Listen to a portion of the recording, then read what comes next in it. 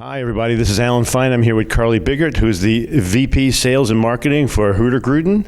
And we're at the USTOA annual conference in Los Angeles. And we're going to tell you all about Hurtigruten. Those who know, we're going to enrich you. Those who don't, we're going to get you involved. And this is Insider Travel Report.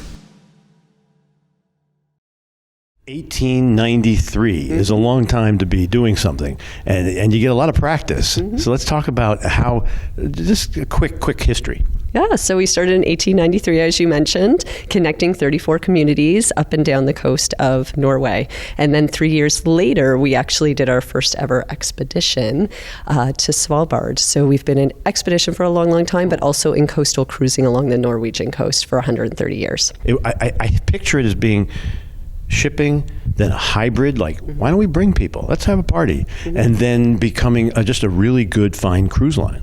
Yeah, so we really focus a lot on culinary on our ships and comfort. There's this Norwegian term called friluftsliv, and it's about outdoor living, about exploring outdoors no matter the weather or the time of year or your age, but also it's about being cozy. So you want to be cozy on board with all the amazing amenities that you have come to know and enjoy, but have a lot of focus on culinary, especially along the Norwegian coast, where over 80% of our food is locally sourced.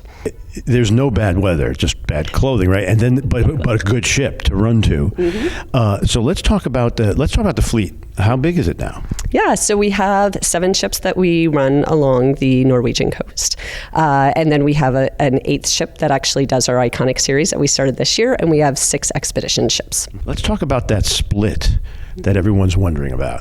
Yeah, so there's Hurtigruten, which means fast route, and what we've been doing along the Norwegian coast for 130 years. And then we have our expedition. So the expedition is more focused on science and education on board. And so with that, it does our polar regions, it does Galapagos, and those ships are a slightly different focused product. So with that, we want to have focus on Norway, and then we also want to have focus on our expedition product that we offer. And when they go on an expedition product, they are there sometimes with working scientists, correct? Absolutely. We have a lot of partnerships with different research institutes and different nonprofits. And also we have a citizen science program on board. So you get people that are on board involved in these programs so that they are collecting that research to actually give back to those organizations. That's a great perk almost. Let's talk about the classes of ships, because you've now, I mean, I know you've got icebreakers and new ships I want to talk about, please. Yeah, so we have our 2 newest ships are the 2019 and 2020 Roald Amundsen and Fridtjof Nansen. They were the world's first hybrid electric ships, so very proud and excited about those ships and the awards that they've garnered. In June, we announced and showcased our renderings of our first zero emission ship that was planned for 2030, and it is called C0, and it is meant to be powered on by battery, wind, and solar. And you touched on what I want to say is that you've been sustainable or working toward it for a long time.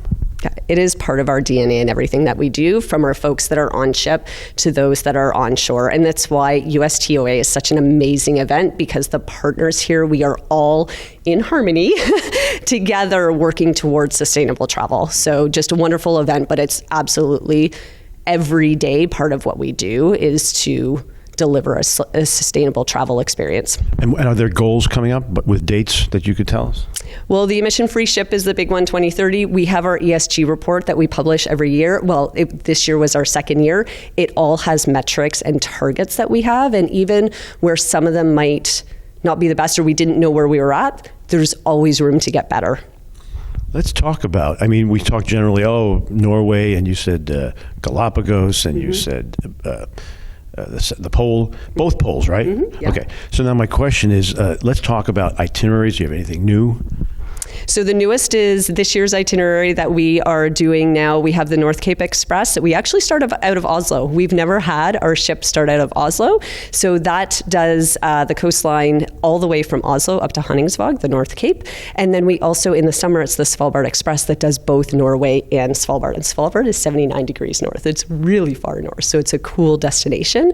And we've just started our, for the first time, a Western Africa expedition cruise as well. It does Cape Verde and Bashagos. it's intriguing, and it's something that travel advisors should experience too, because a lot of people go to the Poles and Galapagos, but you do it differently. In fact, what is the difference, you'd say? The difference is in how we do it, I think, and it depends on the product that you're on, but it's really the scientists, the expedition team, the education, the science, the ability to be involved in it, and it's really about the immersion. I think that you'd feel the history.